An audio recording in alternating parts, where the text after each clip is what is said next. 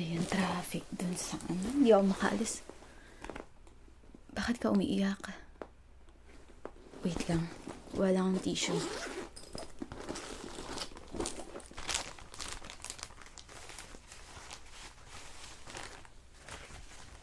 Oh, punasan mo muna yung luha mo. Ang dami na eh. Bako lang to ah. Punasan mo pa. Ang dami pa dito. Sige. Tapos yung sa sipon mo. Hindi, joke lang. Wala. Ayan, tumawa ka rin. Ayun yung gusto ko sa'yo eh. Madali kang ma-cheer up kahit na kakaiyak mo lang. And I think it's a compliment kasi hindi lahat ng tao ganyan na katulad sa'yo na madaling ma-cheer up. Kasi yung iba is kapag super down, ang hirap patawanin. Pero buti ba ikaw? Sige.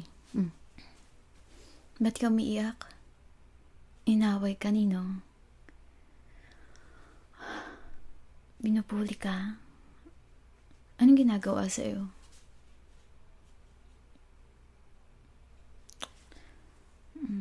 Pero ako, yung mga kapag sa mga bully, parang they need help din kasi hindi naman sila mang-aaway, hindi sila mangbubuli kung masaya sila, 'di ba?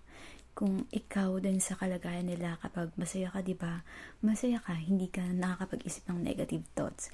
And siguro may problema din sila and maybe kailangan din nila ng tulong. Mamaya kakausapin natin sila. Pero tumahan ka muna. And huwag mong isipin yung mga sinasabi nila. Mas kilala mo yung sarili mo kaysa sa kanila. Sino ba sila? Wala sila 24/7. So, ikaw mismo nakakakilala sa sarili mo. Kaya kahit ano man yung sabihin nila, huwag kang maniwala. You know yourself better. Bukod sa matalino ka, talented ka pa, diba? And I know na super strong ka.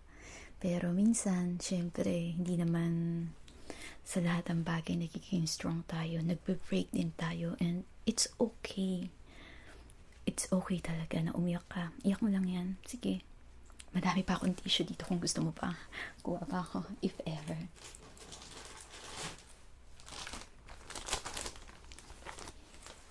Yan. Iyak ka lang. And ako before, parang constantly na I'm fine lang. I'm not super happy nun. And hindi rin naman ako, wala rin naman akong problema nun. Basta parang normal lang, constant lang. Tapos napaisip-isip ko na kailan ako last na umiyak. Tapos I think hindi ko na matandaan. 1 year ago, 3 months ago. As in wala akong idea kung kailan ako umiyak, kailan may tumulong luha. Tapos, ang ginawa ko nun, nanood ako ng sad movie. Ang pinanood ko ay yung Grave of the Fireflies. Ang lungkot niya. Super naiyak ako dun sa movie yun. And lahat naman tayo nagiging malungkot, nagkakaproblema, and lahat tayo may story. Yun nga, kahit nasa sobrang hirap, na minsan akala natin hindi natin malalagpasan. Pero believe me, time will tell na mag-heal yan.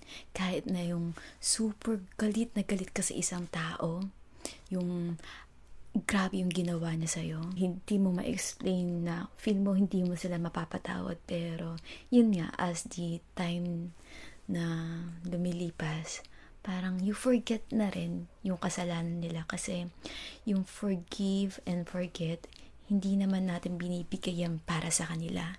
Binibigay din natin yun para magkaroon tayo ng peace of mind. And I know na super bait ka and you will do that. And alam ko na kanina ka pa umiiyak and naririnig ko na kumukulo yung tiyan mo. And buti na lang may baon ako. Ba't ako may baon? Ako ba? Lagi ako may baon kasi ang magutom, ang pinaka ayokong feeling. Parang ang negative lahat, diba? At super parang iba yung mood mo. Talagang nagsiswing talaga kapag gutom ka. Kaya ayun na, ayoko magutom. And meron ako ditong cupcake. Sige, punasan mo lang yung luha mo. Ako na magbubukas para sa'yo. Kasi baka mamaya kainin mo to lahat eh. Hindi mo ko tiran eh. Joke lang. Sa'yo na lahat. Maliit lang naman to. Isang bite lang to. Ha? Hati pa tayo? Sige. Cupcake ko naman to. Joke lang. Hating magkapatid. Ube flavor. Alam ko favorite mo to eh. At yung pandan, favorite natin yun. Yan, lagay ko muna dito pagkatapos mo punasan yung luha mo. Pero sinaktan ka ba nila? Buti naman hindi. Kasi iba na kapag sinaktan ka. Pero sometimes, ang mas masakit pa yung inaano tayo ng mga words. And super sakit. And hindi natin makakalimutan. Yung pain, mag-heal yan. Pero yung mga natanggap natin na masasakit na salita, nag-heal din. Yun nga, magpapatawad ka, you forgive and forget. At dun, kumukuha ka rin ng strength na you prove them na mali sila. And malay mo maging kaibigan natin sila, di ba? I know. Friendly ka eh. Pero siguro na misinterpret ka lang. And maybe medyo malakas lang yung boses mo. Masasanay din sila sa'yo. Parang give them na time na mas makilala ka nila. Hindi ba nga nung una tayong magkakilala, hindi rin tayo nagpapansinan. Kasi akala natin sa isa't isa na masungit tayo. Tahimik lang kasi tayo and then we observe. And then yung one time nagkaroon tayo ng activity nun. Tapos tayo yung pinag-partner. And ang bait mo, isa ka sa mga pinakamabait na taong nakilala ko. No joke. Hindi ko sinasabi to para tumahan ka. Totoo to. And I know na hindi tayo super words, hindi natin tayo nagsasabi ng mga super, mga sweet things sa isa't isa.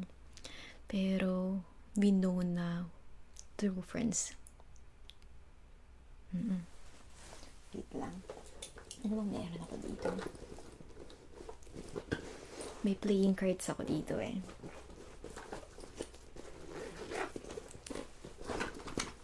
Ito. And lagi ko itong dinadala. Kasi, alam mo naman, medyo bored ako. Palagi. Yan. Laro tayo. Para makalimutan mo yun. Ano? Kalimutan mo na?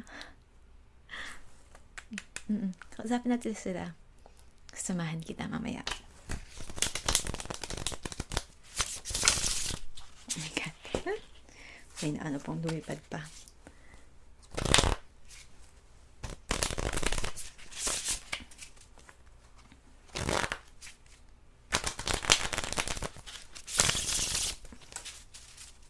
Balasang-balasa to para hindi mo sabihin na nandaraya ako.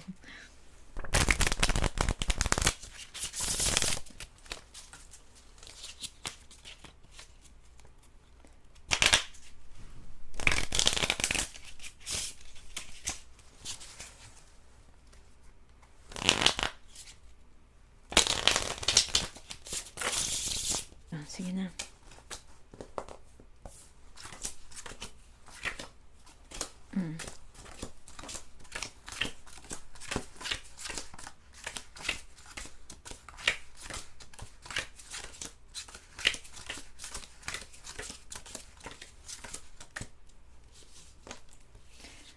Ako na una. Oy. Ganda ng barako. Marami na akong puro.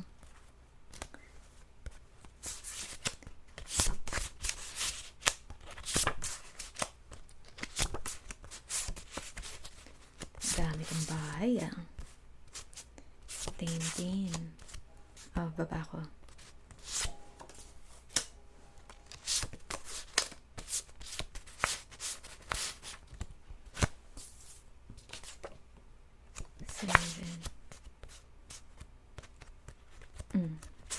Ocho. Ikaw. tagal ah. Di ka mananalo. I'm so great dito. Baba. Ah.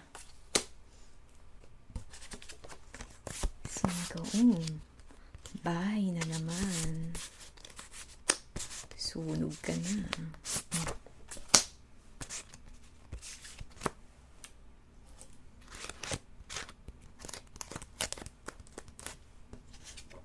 Tsak, ay nako, binaba ko pa.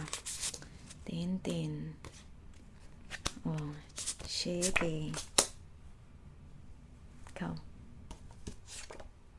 5 na naman. Oh my God, 5. 3. Oh.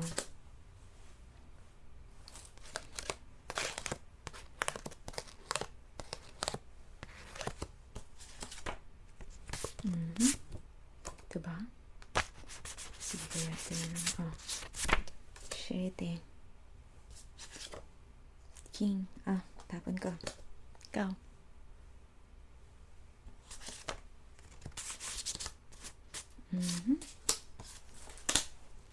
Panalo. Sige, tama na to.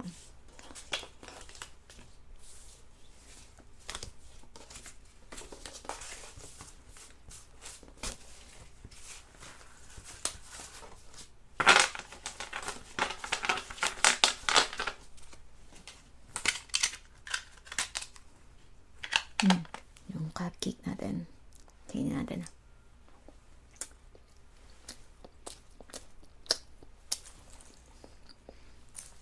Parang feel ko, parang lumiit tong cupcake na kinakain natin. Parang dati kasi ganito siya. Hindi naman ganito, masyadong exaggerated. Lumiit eh. Tamis. Nakapag-review ka na? Tara, review tayo. Bago dumating yung prof natin.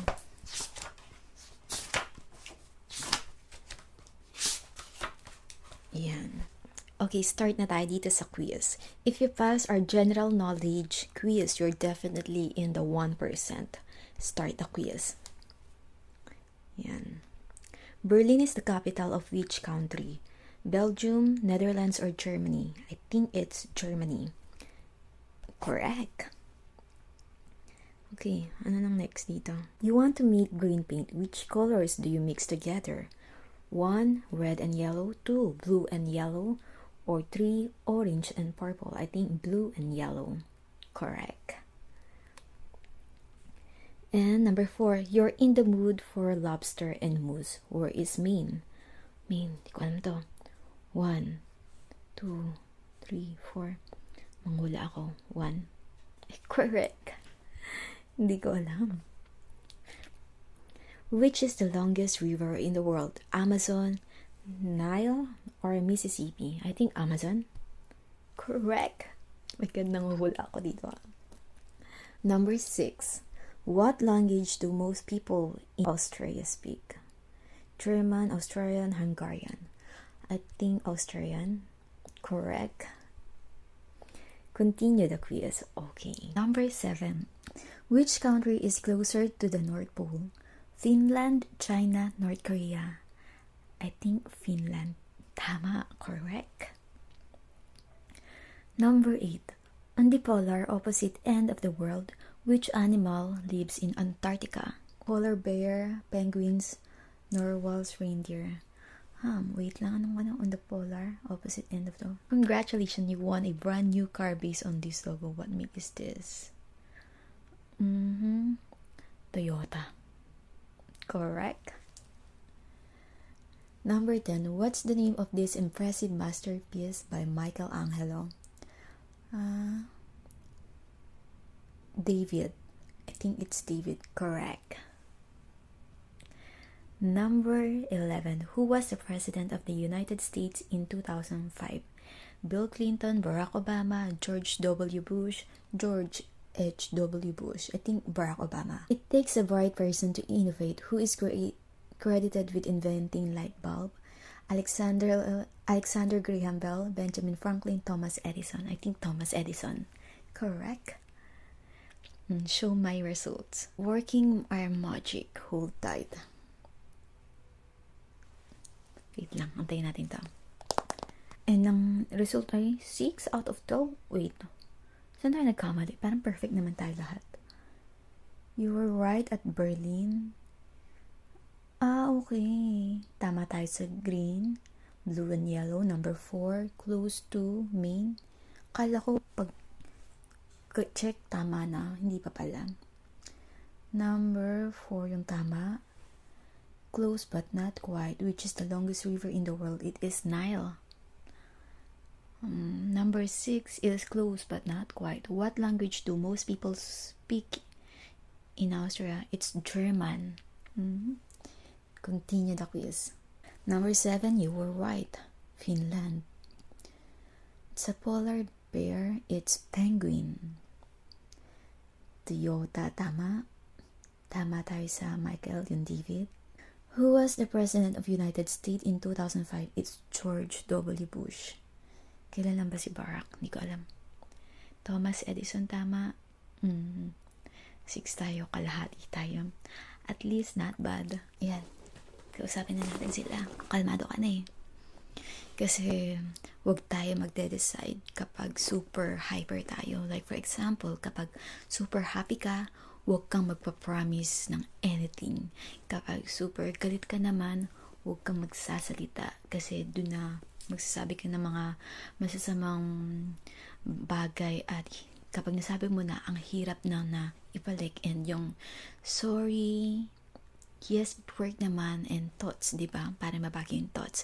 Pero if yung physical, something na hindi na sasabi ng sorry, hindi na bubuo o hindi na fix ng sorry. Kaya be careful kapag super galit ka. And kapag malungkot ko naman, wala akong maisip. Kapag malungkot ka naman na hindi yan permanent. Temporary lang yung kalungkutan mo. Magiging happy ka ulit. Yun. And also yung happy, hindi rin siya permanent. And also, fine. It's okay. It's okay to be fine. Yan. And parang hindi naman masyado maganda kapag lagi kang masaya, diba? Yung happy, it's weird. It's okay talaga na minsan malungkot ka, minsan magkaroon ka ng problema, and it's okay to feel something, not just happy. And napanood mo yung, nakapag na ako. Kung ano pa sinasabi ko. Wait lang, napanood mo yung emotion nata, yung feelings. Hindi ko matandaan basta yung Disney, yung Pixar, na yung emotion natin ay may emotion, may anger, may sadness, may joy, may fear, may disgust. And yun nga, nade-develop siya as we nagkakaroon tayo ng more experience sa life, yung na-encounter natin sila. Yung bata pa tayo, puro joy-joy lang, and then yung nagkakaroon tayo ng mga experience, yung nagkakaroon tayo ng discuss, maybe sa food, yung mga smell, ganyan, kunyari yung mga cigarette, ganyan, yung mga alcohol, basta nagkakaroon tayo ng mga preference din natin. And yung anger natin, yun, diba? So, dalam ko sinasabi, tara na, punta na tayo sa kanya, kausapin natin siya. And hindi tayo pupunta doon para makipag-away. Pupunta tayo doon para maybe to help din. Maybe may problema siya. Kaya niya ginagawa yung mga bagay na yan. Tara.